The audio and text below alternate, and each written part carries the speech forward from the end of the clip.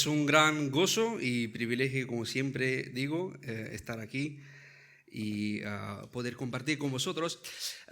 Justo anoche hablamos con los jóvenes que el privilegio que estamos disfrutando ahora mismo es un privilegio, porque podemos reunirnos, ¿no? Israel lo comentó, libremente. Poco a poco nos están oprimiendo y queriendo cerrar las puertas y las cosas para los creyentes, pero todavía tenemos esta libertad, tenemos este privilegio de estar aquí, de poder reunirnos todos libremente, y eso es un gran gozo, un gran privilegio, como siempre.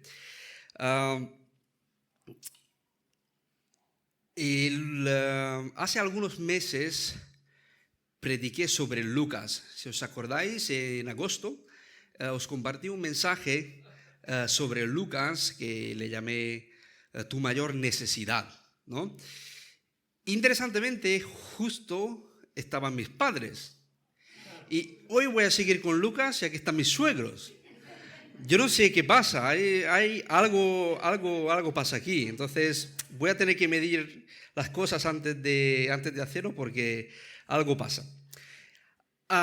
En agosto, puesto que me gustó mucho el pasaje de Lucas que hemos expuesto aquí en la iglesia, y he decidido hacer una serie completa de Lucas.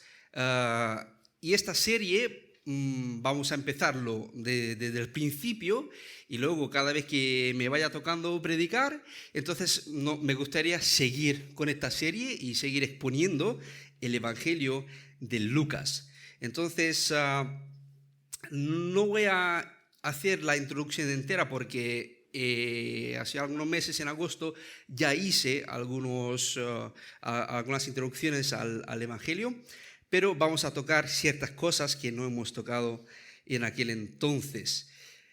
Vale, el título de hoy es El Evangelio según Dr. Lucas, porque la serie lo titulé Dr. Lucas, ¿no? Porque sabemos que Lucas era un médico, entonces digo, es un título muy oportuno y lo voy a poner, la serie Dr. Lucas. Entonces, hoy vamos a ver una introducción y vamos a estar viendo los primeros, vuelvo un moratillo, los primeros 4 versículos que consiste la introducción o prólogo, como lo queréis llamar, de este evangelio. Este evangelio es maravilloso, es uno de los evangelios que a mí me gustan más. Es muy meticuloso, muy ordenado, muy fácil de seguir. Se ve que Lucas hizo muy buen trabajo a la hora de redactarlo. Entonces, hoy, en el mensaje de hoy, vamos a ya empezar y ver los primeros 4 versículos de Lucas, y ya luego continuaremos con el resto.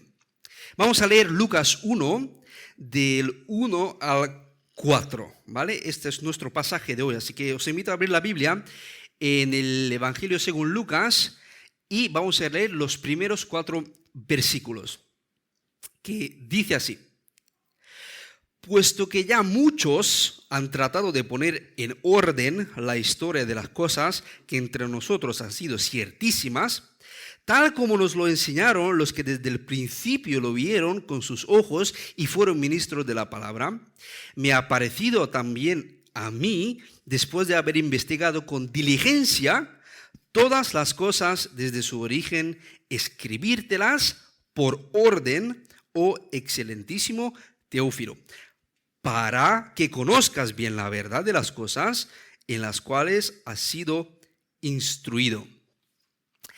A los doctores siempre lo respetaron, ¿no? En todos los tiempos los doctores disfrutaban de este respeto de la gente, ¿no? Ahí iba un doctor y, buenos días doctor, ¿qué tal doctor? ¿No? Todo el mundo tenía un respeto a los doctores. Su tarea pues consistía principalmente en sanar el cuerpo, físicamente sanarlo, y si lo lograban, los pacientes pues eran muy agradecidos. Pero ¿qué pasa si un doctor está interesado no solamente en sanar el cuerpo, sino también el alma, ¿no? ¿Qué pasa si este doctor coge una pluma y empieza a escribir?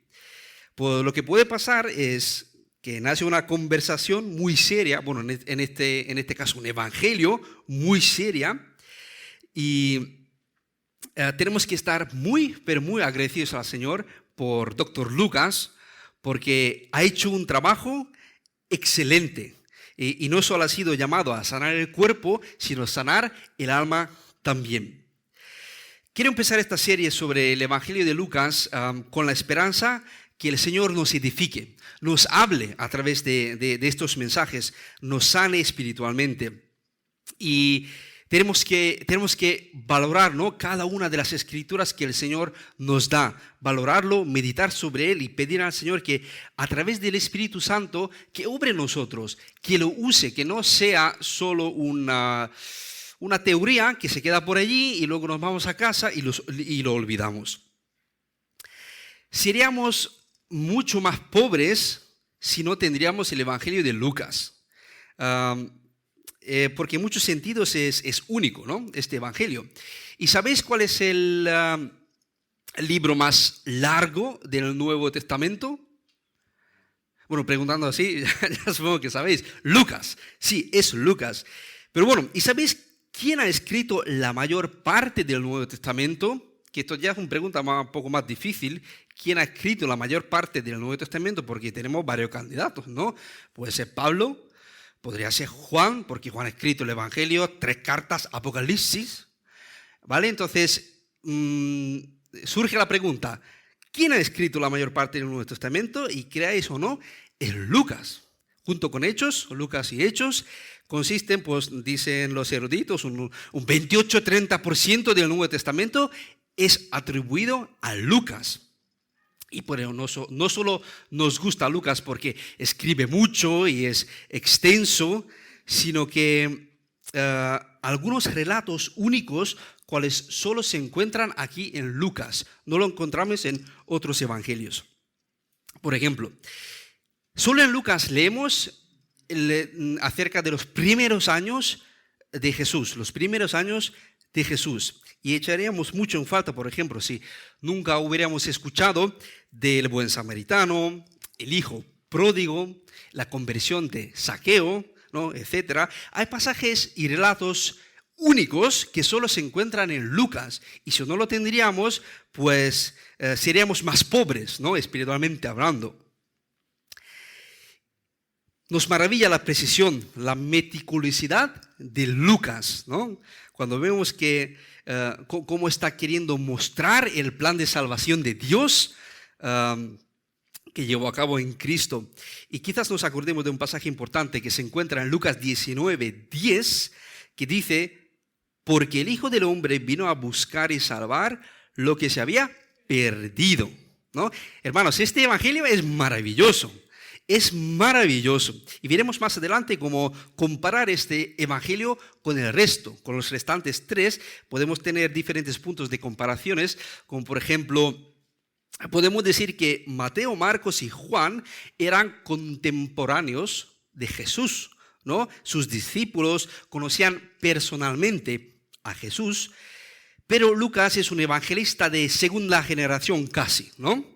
Que es muy probable que él no haya visto nunca a Jesús en persona, pero habló con aquellos quienes sí estaban allí, quienes sí estaban en la vida de Jesús presentes. Entonces, aquí hay una diferencia al respecto con los otros 3 evangelios, ¿no? Los restantes 3 evangelistas eran testigos oculares de Jesús, mientras Lucas habló con esos testigos oculares, pero él no ha sido uno.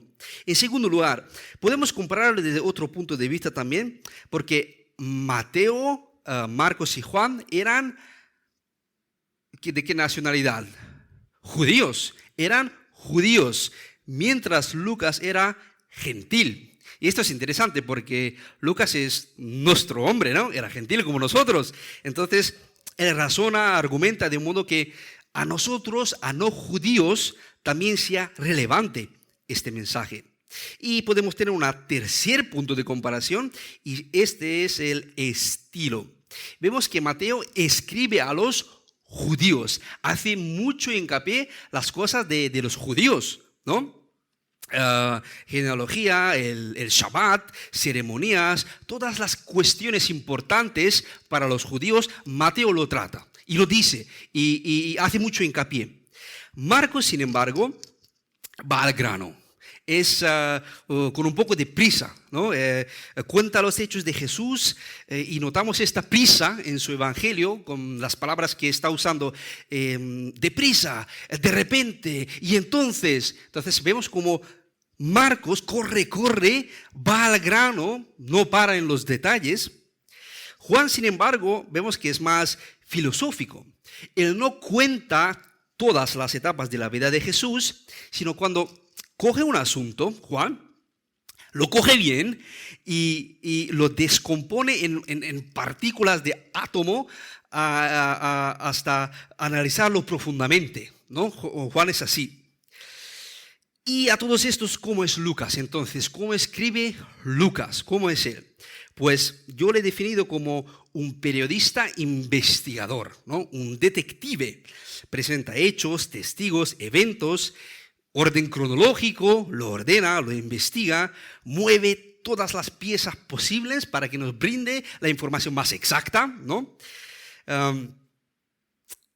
Entonces, en este mensaje introductorio vamos a buscar las respuestas a unas preguntas muy simples, ¿vale? Y antes de ir a los puntos de hoy, vamos a repasar muy rápidamente el bosquejo de Lucas que os presenté hace algunos meses, que son el siguiente. Sabemos que hay 6 bloques en Lucas y estos 6 bloques corresponden también cronológicamente. El primero es el prólogo que estamos hoy mismo estudiando. Luego el segundo son los inicios de la historia de Jesús, su nacimiento, su infancia. El tercer bloque es la preparación de Jesús para el ministerio. Aquí vemos Juan el Bautista, genealogía de Jesús, la tentación en el desierto. Luego el cuarto bloque, lo que sigue, Jesús comienza su ministerio en Galilea, ¿vale? Sube a Galilea, es rechazado allí, en Capernaum, los alrededores, sana a los enfermos, perdona los pecados, los 12 apóstoles de Jesús. Pasamos al quinto bloque, cuando está ya en camino hacia Jerusalén, que es una parte bastante extensa. Ahí encontramos parábolas, varias enseñanzas. Jesús sana de nuevo. Y ya el último bloque es Jesús estando en Jerusalén. Jesús entra en Jerusalén, conflicto con las autoridades, la última cena, arresto, muerte y resurrección de Jesús. En este bosquejo, si lo leemos punto por punto, nos damos cuenta que es absolutamente ordenado, absolutamente cronológico, ¿no? Nada más tú lees los títulos y dices, vale, del principio hasta el final, ¿no? Como está todo muy bien ordenado. Vale, pues he dividido el sermón de hoy en 6 puntos, que son 6 preguntas muy sencillas de responder, pero yo creo que son necesarias para que tengamos una buena base, para que luego a continuar con esta serie ya podamos tener un entendimiento mejor. Los 6 puntos son los siguientes. 1, ¿quién lo escribió? ¿Quién lo escribió? 2, ¿a quién lo escribió? ¿Quién era el destinatario? 3, ¿qué escribió? 4, ¿cuándo lo escribió? Y 5, ¿por qué lo escribió? Y 6, ¿cómo lo escribió? ¿Quién, a quién, qué, cuándo, por qué y cómo? Estas son las 6 preguntas que vamos a tratar de responder con la ayuda del Señor en esta mañana. Vamos a empezar con el primer punto. ¿Quién lo escribió? Yo creo que todos sabéis quién escribió a Lucas, ¿no? Mateo. Lucas, sí, obviamente es Lucas, pero ¿cómo sabemos que es Lucas? ¿No? Porque en el Evangelio no lo leemos, ¿no? En ningún sitio, en los textos originales, no había este título de El Evangelio según Lucas. Si eso lo pusieron ahora, hace poco relativamente, ¿no? Ese título no había antes. Y en este libro no leemos en ningún sitio que este Evangelio sea de Lucas, ¿no? Su nombre no está allí. No tenemos pruebas directas, pero tenemos pruebas indirectas. Indirectas, porque la misma persona que escribió Lucas, luego escribió Hechos también. ¿Por qué? Porque si leemos los primeros versículos de Hechos, vemos que hace referencia al Evangelio de Lucas y lo dedica a la misma persona, a Teófilo. También en Hechos leemos que el autor de Hechos está junto con el apóstol Pablo, navegando juntos, ¿no? Navegaban juntos. Primera persona plural. Eso indica que él también estuvo allí. Y si leemos en Filemón 24, donde dice, Marcos, Aristarco, Demas y Lucas, mis colaboradores. O en Colosenses 4:14 dice, os saluda Lucas, el médico amado. Entonces vemos que la persona que está viajando con Pablo, quien escribe a Lucas, también es el autor de Hechos, a saber, Lucas, el médico.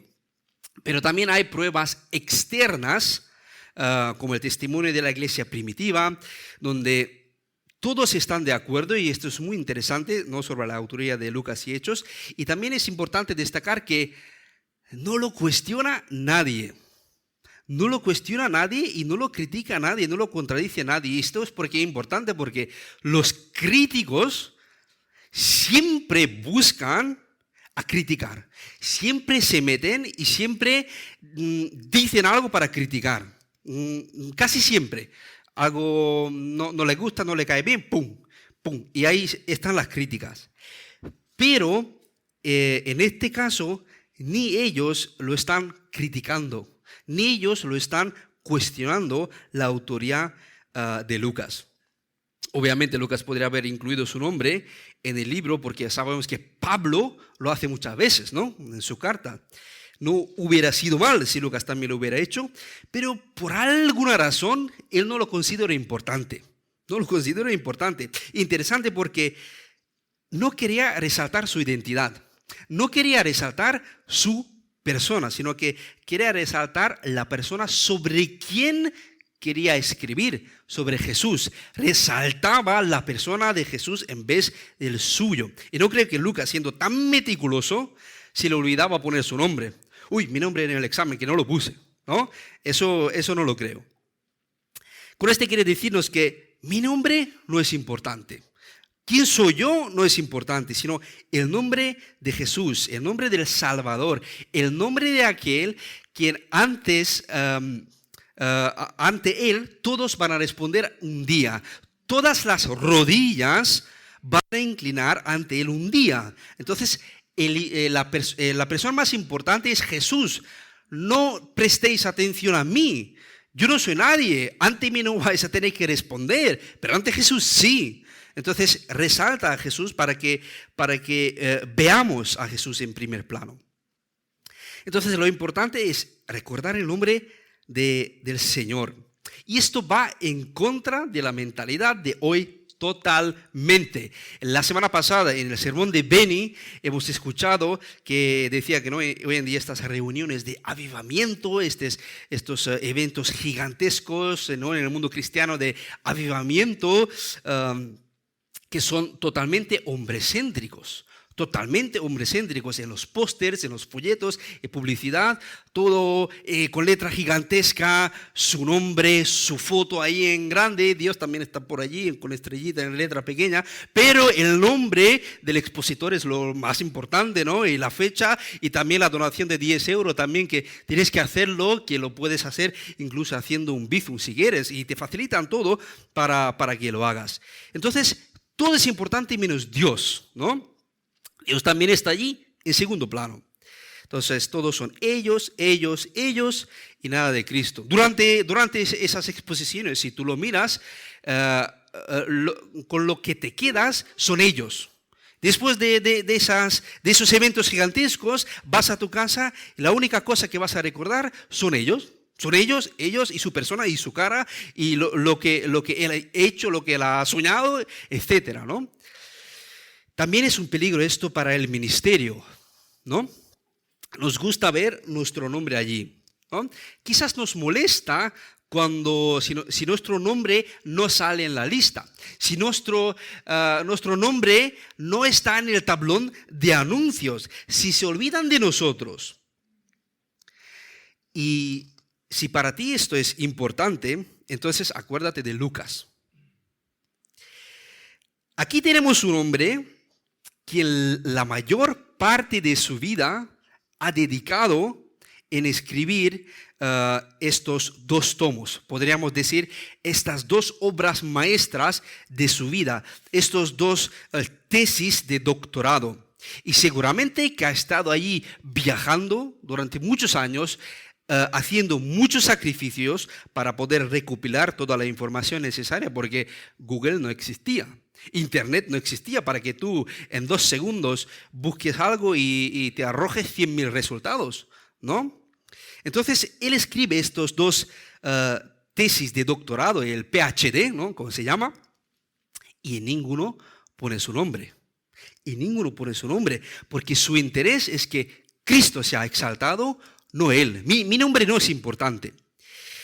Cuando viajo para mi país, pues muchas veces veo delante de los templos tablas de marfil o de piedra, no creo que sean de marfil, pero bueno.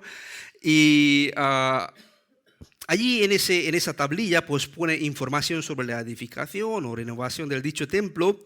Y lo que está escrito en muchas de esas tablas es muy interesante, porque lo que dice es: para la gloria de Dios, en este año, bajo la supervisión de X y Y, en letras gigantescas, este templo ha sido edificado o renovado, etc.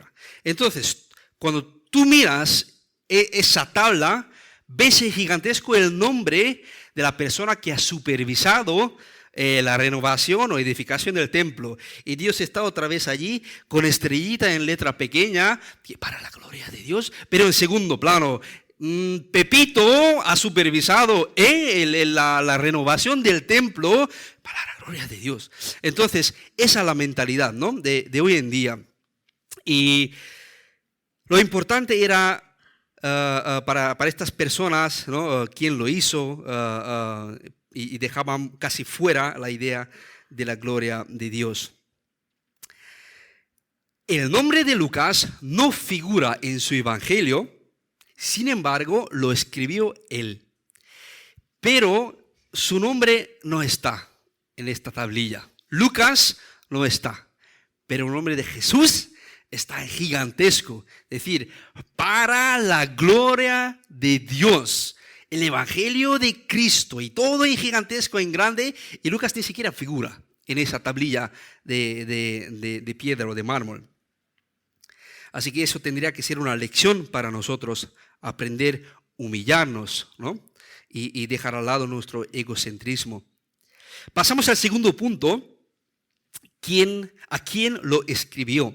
¿Quién es el destinatario de este evangelio? Y en el versículo 3 lo vemos, que es el excelentísimo Teófilo. Excelentísimo Teófilo. Sabemos pues, muy poco sobre esta persona. Posiblemente haya sido un funcionario romano, ¿no? Que posiblemente pues, haya sido un hombre importante, con un rango importante, porque esta expresión griega se encuentra en Hechos, también en Hechos 24, cuando Lucas llama con la misma manera a Félix, o excelentísimo Félix, también lo encontramos en Hechos 24. Entonces, probablemente este Teófilo haya sido un hombre importante, pero se convirtió al cristianismo. ¿No? Se convirtió al cristianismo. Y ya, como dice también en el versículo 4, que ya estaba familiarizado con algunas cosas del fundamento de la fe cristiana, porque dice, en las cuales has sido instruido. Has sido ya instruido. En el texto original leemos catecismo. Lucas hizo un catecismo con Teófilo, pero de todos modos necesitaba más conocimiento y por eso escribe Lucas este evangelio y luego Hechos también. Algunos dicen que quizás pues, Teófilo sustentaba económicamente a Lucas y por eso dedicaba estos 2 tomos a Teófilo, pero bueno, eso no sabemos con ciencia cierta, eso más que una especulación. Puede ser que sí, puede ser que no. Lo que sí que es curioso es el nombre de Teófilo. ¿Alguien sabe qué significa el nombre de Teófilo? ¿Casi? No, a quien Dios ama.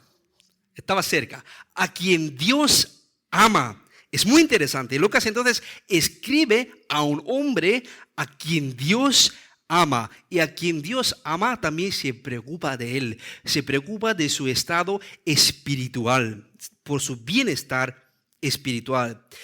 Pero a nosotros también nos ama el Señor en Cristo, ¿verdad? Entonces podemos leer este libro como personas quienes también nos beneficiamos de todo esto. Sí, el destinatario era Teófilo, a quien Dios amaba, pero en Cristo somos amados, entonces eso es para nosotros también.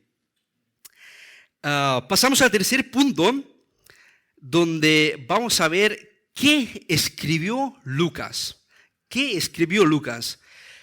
Pues un evangelio, ¿no? Escribió un evangelio, ¿vale? Pero ¿qué es un evangelio? ¿Qué es un evangelio? Porque a veces es bueno aclarar estos conceptos simples, ¿no? ¿Qué es un evangelio? Un relato histórico, una colección de doctrinas, una biografía. Sí, todos estos se podrían decir sobre un evangelio, pero un evangelio es muchísimo más que esto. Un evangelio es una obra teológica que anuncia la obra salvadora de Dios, la buena nueva. También es una obra, podríamos decir, apologética, porque refuerza la fe de muchos creyentes, que responde a muchas preguntas y dudas. Y también podríamos decir que un evangelio nos insta a nosotros a que demos una respuesta. Que demos una respuesta. Nos llama al arrepentimiento, nos llama a seguir a Cristo. Nosotros podemos leer muchos libros y quizás nosotros durante la semana leamos otros libros que no sean la Biblia y bueno, acabamos el libro y quizás pues ya está, lo he leído, ahí está y ya está. No me insta a hacer nada, no me pone frente una decisión, no me exige esta cosa. No te llama, ¿no?, al arrepentimiento. Y un evangelio también te asigna una misión, ¿no? Predica el evangelio. Si tú lees un evangelio, si lo entiendes, si lo crees, no lo puedes guardar para ti. Tú tienes que pasarlo y transmitirlo a otros también. ¿No? Ninguna otra obra literaria es comparable con un evangelio. Es único y es único porque habla de una persona única de Cristo Jesús.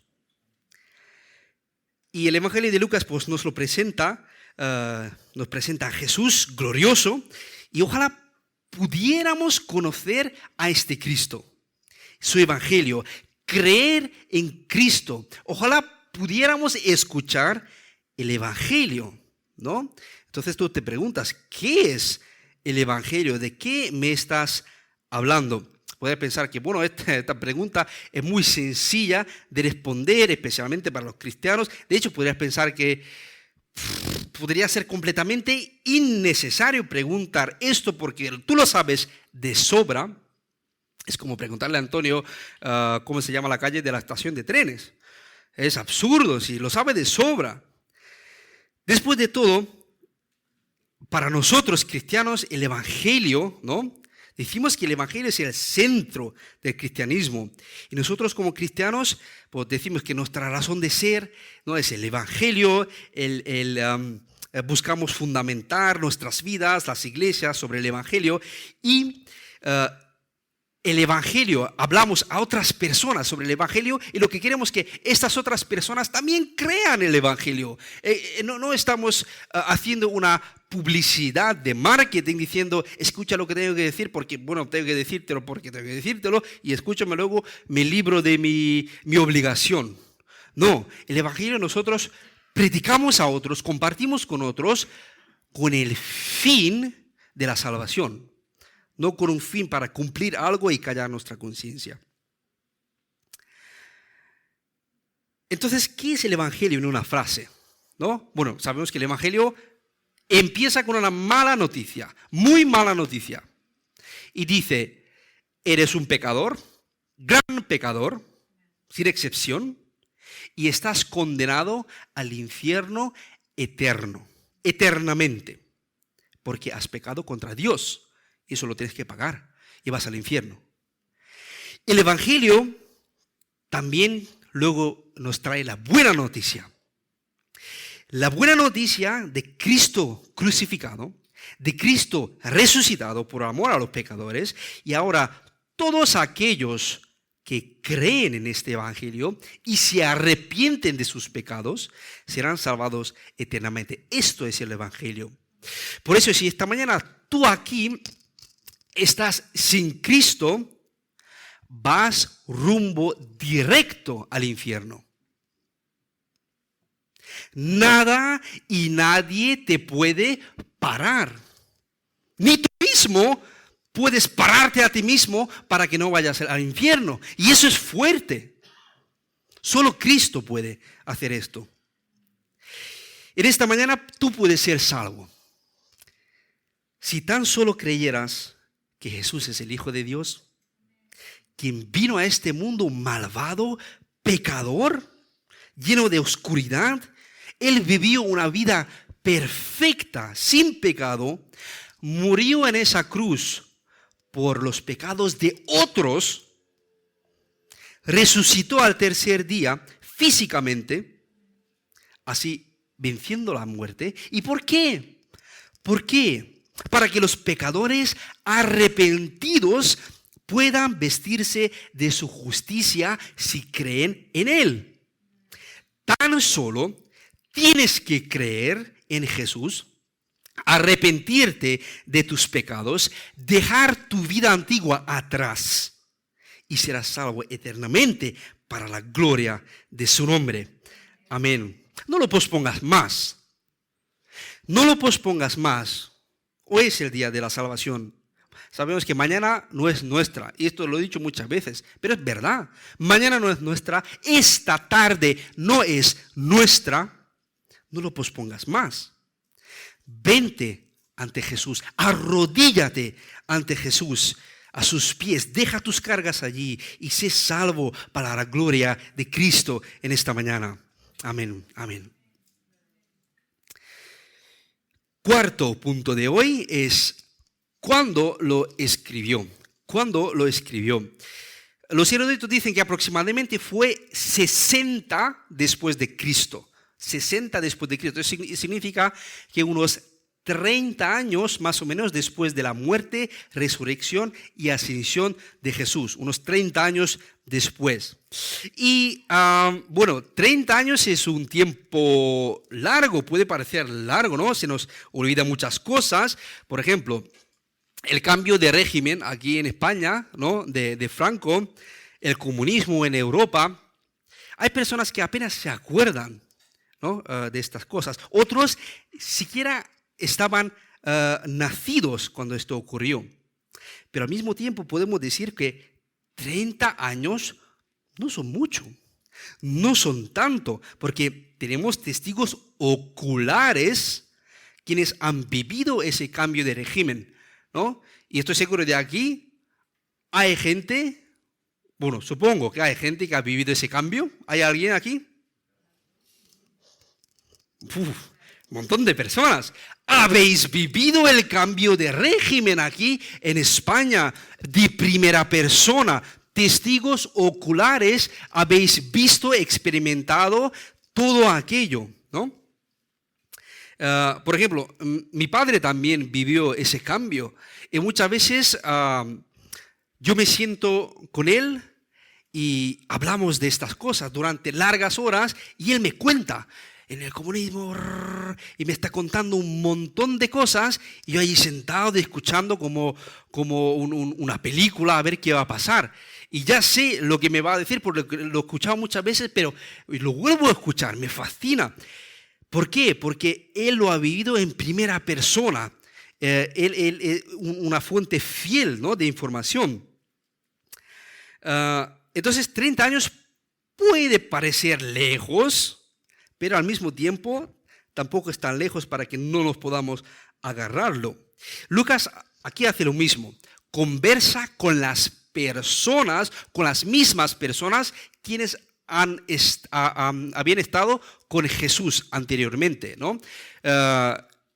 Habla con los testigos oculares directamente, va a la fuente. Lucas se siente con ellos para hablar, recopilar la información. Y es maravillosa la providencia de Dios. Es muy interesante porque Lucas no se escribió ni demasiado pronto ni demasiado tarde. Ni demasiado pronto para que todavía algunas cosas no habían sucedido. Lucas no la puede escribir. Ni demasiado tarde para que esos testigos oculares murieran y ya no poder preguntarles, ¿no? Entonces, justo en el tiempo oportuno. Y quizás ahora Dios nos está poniendo el Evangelio de Lucas delante de nosotros justo ahora porque lo necesitamos. Así llegamos al quinto punto, la razón. ¿Por qué escribió? ¿Por qué escribió Lucas este Evangelio? Y la razón está muy clara en el versículo 4 cuando dice, para que conozcas bien la verdad de las cosas en las cuales has sido instruido. Esta es la razón. Hermanos, no es solamente es para Teófilo, sino para nosotros también. Necesitamos conocer bien la verdad, estar seguros en la verdad, tener convicciones fuertes acerca de la verdad. Si tienes dudas, si eres escéptico, pues Lucas te invita que vengas y estudies este Evangelio. Porque todos se han escrito para que conozcamos la autenticidad incuestionable de la verdad. Si tienes dilemas, si estás dudando, escucha lo que tiene que decir este Evangelio. Y quizás no voy a decir nada nuevo con esto, pero estamos viviendo en un mundo ahora, hoy en día, estamos teniendo una inestabilidad tan grande que quizás nunca antes hemos tenido. La inestabilidad de hoy en día es muy grande. Poco a poco, lo que era antes un punto fijo a lo que hemos podido agarrarnos durante siglos, ahora lo hemos destruido. Ya no hay hoy en día nada de que podemos estar seguros completamente. Y la paradoja es que tenemos a nuestro alcance más información que nunca. Tantas cosas sabemos, pero hay un problema. Ahora hay un problema. De estas muchas cosas que sabemos, no estamos seguros. No estamos seguros. Y surge la pregunta de la autenticidad. ¿Es seguro la información que escuché por allí y por allá? ¿Será verdad lo que he leído, lo que dicen? La información auténtica hoy en día, la información fiel, incuestionable hoy en día es un tesoro. Es un tesoro. Tantas noticias falsas escuchamos, tantas cosas leemos y por fin cuando leemos y encontramos una fuente veraz, es como un tesoro, como agarrarse y decir, por fin tengo algo seguro y verdadero. Y esto no es solo verdad, no solo es una verdad para el mundo, sino que puede estar pasando en nuestro círculo cristiano también. Quizás de alguna forma pierda la certidumbre, ¿no? La certeza, empieza a temblar, me sacude la incertidumbre, empieza a preguntar, ¿Cristo en realidad fue la persona que dijo ser? ¿De verdad sanó a personas?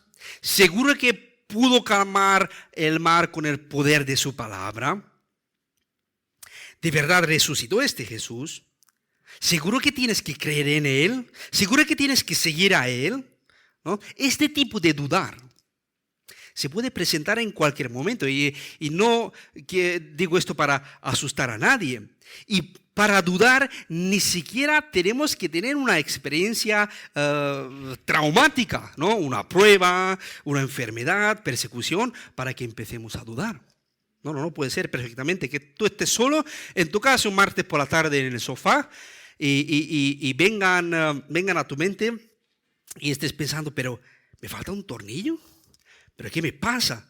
Que estoy moldeando mi vida según la enseñanza de un carpintero galileo que ha vivido hace 2000 años y yo quiero seguirle hoy en el siglo XXI.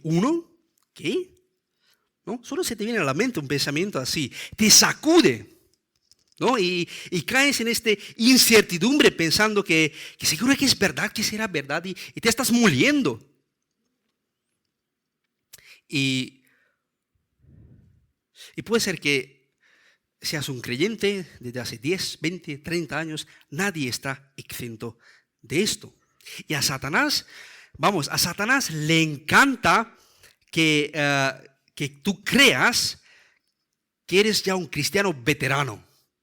Vamos a ver, a mí ya no me hace falta nada. Estoy convencido de todo. Soy fuerte. A Satanás le encanta que creas eso porque entonces estás confiando en ti mismo y no en el Señor, en tus fuerzas, en tu experiencia, en esos años que has vivido con el Señor y has construido ese muro de autoconfianza y ya no confías en el Señor.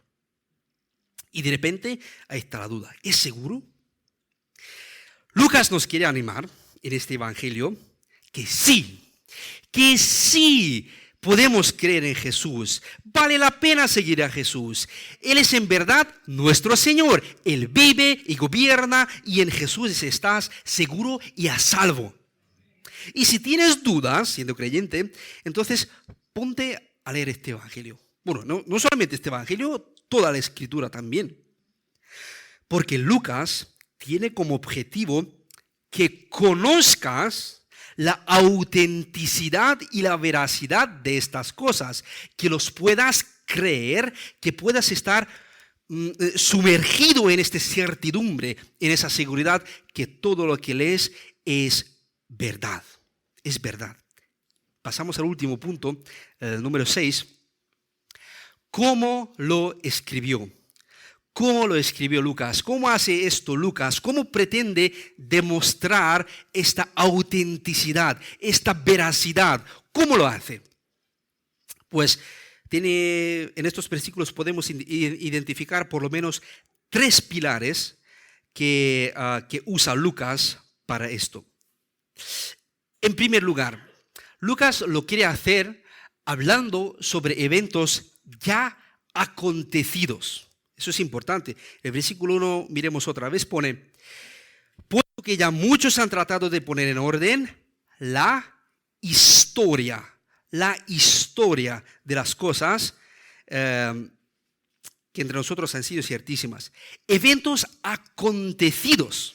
¿Veis? Lucas aquí no habla de visiones, posibles escenas, planes, mitos, eventos que van a ser realizados algún día. No. Habla de acontecimientos ya concluidos, que ya son historia,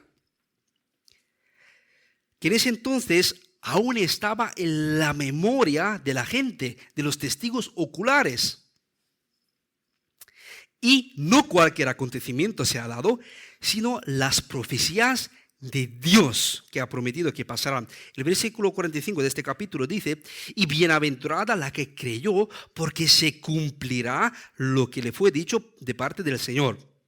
O más adelante, en el versículo 68 al 71 dice: bendito el Señor Dios de Israel, que ha visitado y redimido a su pueblo.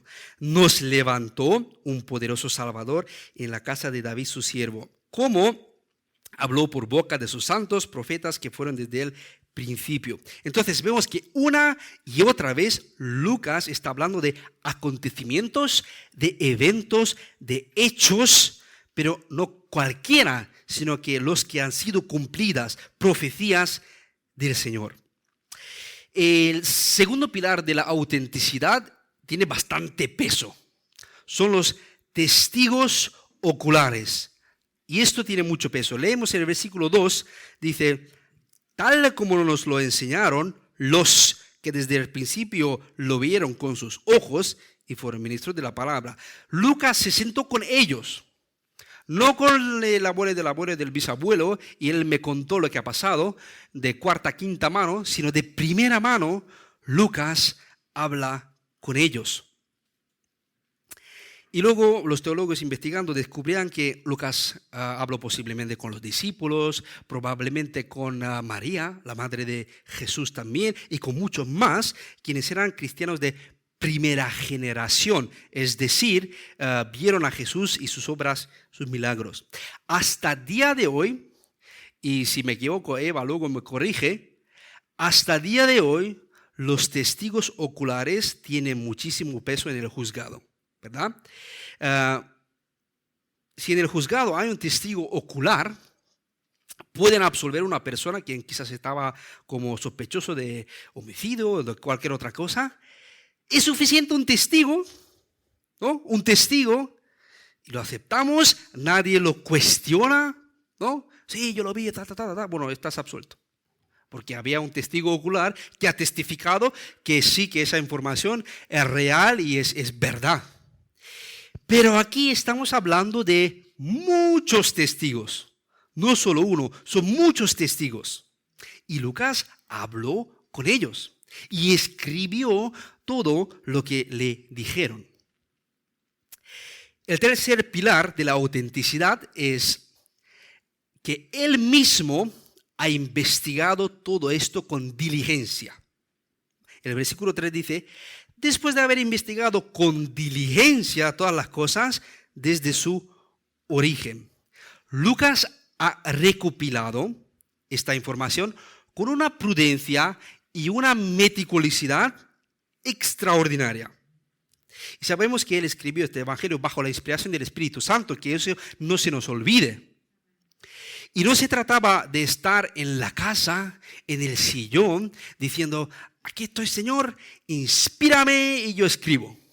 No, él ha ido, se ha levantado, ha recorrido mucha distancia, ha hecho un trabajo arduo, ¿no?, para recuperar esta información, pero al mismo tiempo el Señor estaba con él y todo lo que él escribía estaba inspirado por el Espíritu Santo, porque muchas veces el Señor usa herramientas para alcanzar sus fines, ¿no? Entonces Lucas recopila la información y de esta recopilación, ¿no?, bajo el Espíritu Santo, bajo la inspiración del Espíritu Santo, obtenemos un reportaje, por así decirlo, entre comillas, infalible, ¿no? Un reportaje detalladamente como una investigación de un homicidio del FBI. Ahí tienen que escribir 20, 30 páginas cada detalle, cómo sucedió todo. Pues tenemos un reportaje así, infalible, de parte del Señor. Lucas, como buen médico, tiene que comprobarlo. Porque no se conformó con solo los hipótesis, las teorías, diciendo: él me ha dicho que él sí, entonces el otro también ha dicho que su abuela. No, ¿quién ha dicho? Pepito. Pepito, vente para acá. ¿Es verdad lo que ha dicho ese que es verdad? Sí. Entonces él ha ido a la fuente y ha preguntado a la persona misma, no a la cuarta, quinta persona que le ha contado que lo que ha dicho él es así y es así. Entonces Lucas toma la molestia y comprueba todo lo que le están diciendo. Y la precisión es increíble de Lucas. Por ejemplo, vemos en el final del libro, durante el arresto de Jesús, Pedro, ¿qué hace? Coge su espada y corta la oreja del siervo. Pero no cualquier oreja. ¿Cuál oreja? Vamos, me lo pones difícil.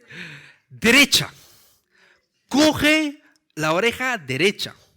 A mí qué me importa qué oreja ha cortado Pedro en esa noche, ¿no? Pero Lucas lo pone, la derecha, para que lo sepas, la derecha. Así es Lucas, así de meticuloso, ¿no? Así en detalle. En Hechos 27 también hay otro detalle interesante. Al final de este capítulo sabemos que todos navegaban juntos, ¿no?, en esa barca, o sea, lo que sea. Y Lucas lo ha contado. Es decir, ha contado las personas que iban navegando junto a él y junto con Pablo. ¿Sabéis cuántas personas han ido en ese barco?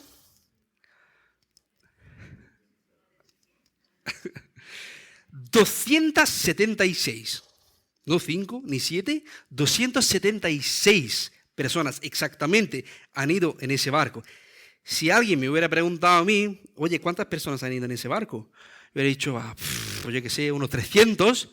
Entonces Lucas me hubiera cogido de la oreja izquierda y me hubiera dicho, 276, no 300, te equivocas. ¿No? Así era Lucas. Y Lucas documentó estas cosas al detalle, ¿no? Y lo consideraba importantes. Entonces, si Lucas, estas cosas insignificantes, entre comillas, que no tiene peso salvífico, lo documentó también, cuanto más prestó mucha más atención a las verdades del Evangelio, a las verdades que sí que eran importantes, lo cual tiene que ver, ¿no?, con los hechos y la persona de Cristo. ¿No? Es impresionante ver la persona exhaustiva y minuciosa de Lucas, es increíble. Y algo más, Lucas no solo recopiló un montón de información en tonelada y lo tiró delante de nosotros como una pila de documentos diciendo, toma, aquí está la información, suerte y adiós. No, Lucas, como leímos en el versículo 3, después de haber investigado con diligencia todas las cosas desde su origen, escribírtelas por orden, ordenadamente, minuciosa y detalladamente ordenadas, cronológicamente para que no te pierdas. Lo puse en orden cronológico, ¿verdad?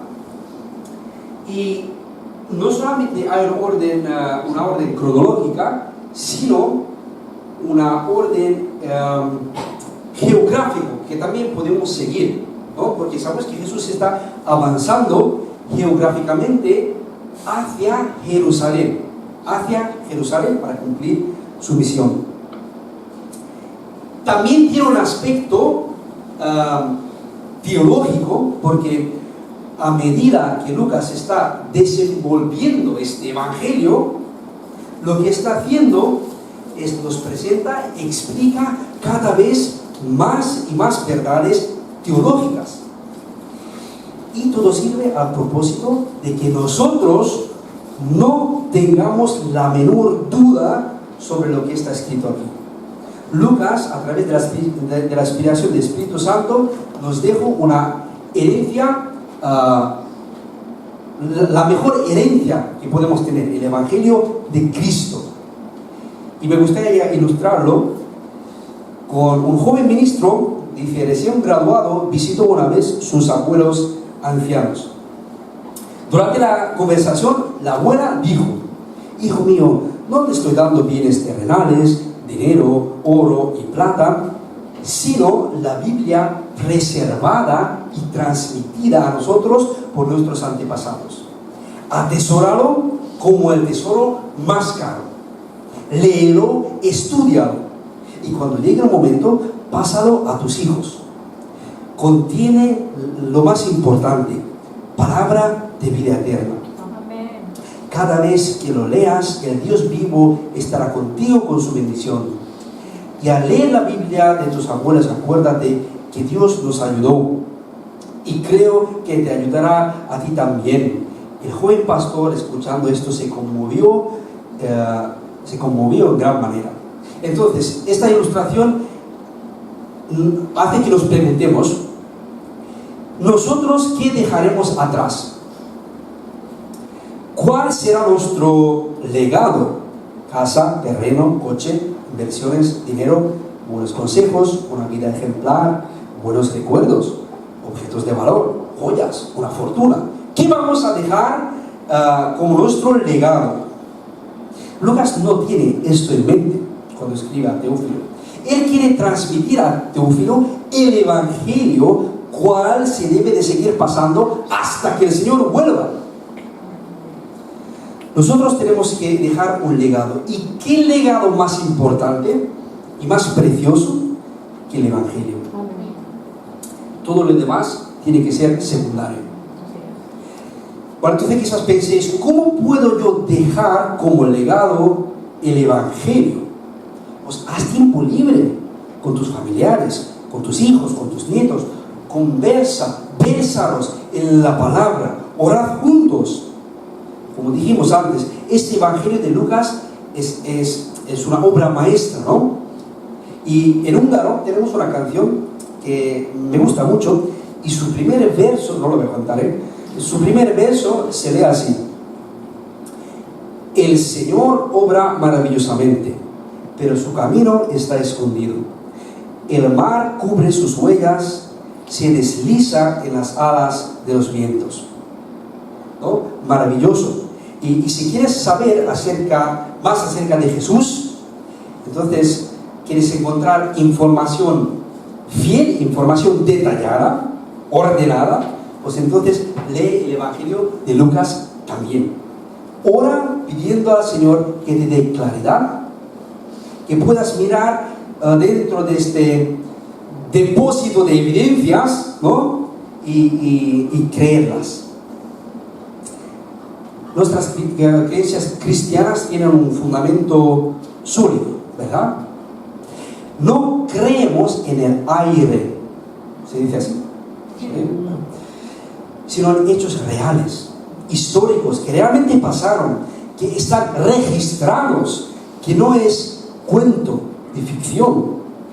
Y Lucas era un experto, por la gracia del Señor, y por su inspiración, recopiló todo esto para nosotros. Así que, en conclusión, para cerrar este mensaje de hoy, hemos hablado de 6 puntos, 6 preguntas sencillas que hemos intentado responderlos con la ayuda del Señor. En primer lugar, ¿quién lo escribió? Aquí hemos visto unánimemente que era Lucas. En segundo lugar, ¿a quién lo escribió este Evangelio? Hemos visto que a Teófilo, muy bien, un funcionario romano convertido al cristianismo. Número 3, ¿qué escribió? Y hemos dicho que escribió un evangelio, el evangelio de Jesucristo, que nos insta a dar una respuesta. Número 4, ¿cuándo lo escribió? Hemos dicho que aproximadamente 60 después de Cristo, unos 30 años después de la muerte, resurrección y ascensión de Cristo. Testigos oculares todavía estaban con vida, importante. 5, ¿por qué lo escribió? Para que podamos estar seguros de la autenticidad y veracidad de estas cosas. ¿Y cómo lo escribió? Pues usando 3 pilares. En primer lugar, hablar sobre eventos acontecidos en la historia de la humanidad. El segundo pilar, los testigos oculares. Y en tercer lugar, la investigación con diligencia de todas estas cosas. Así que con esto concluimos el primer mensaje de esta serie de exposiciones sobre el Evangelio de Lucas, que he titulado Dr. Lucas. No confundáis con la serie Dr. House, que no tiene nada que ver. Y si el Señor nos concede más oportunidades, continuaremos más adelante con esta serie, con los siguientes mensajes. Así que demos gracias por este Evangelio a Dios y pidamos al Señor que obre en nosotros a lo largo de esta serie para nuestro bien espiritual, pero más importantemente para su gloria. Amén. Vamos a orar.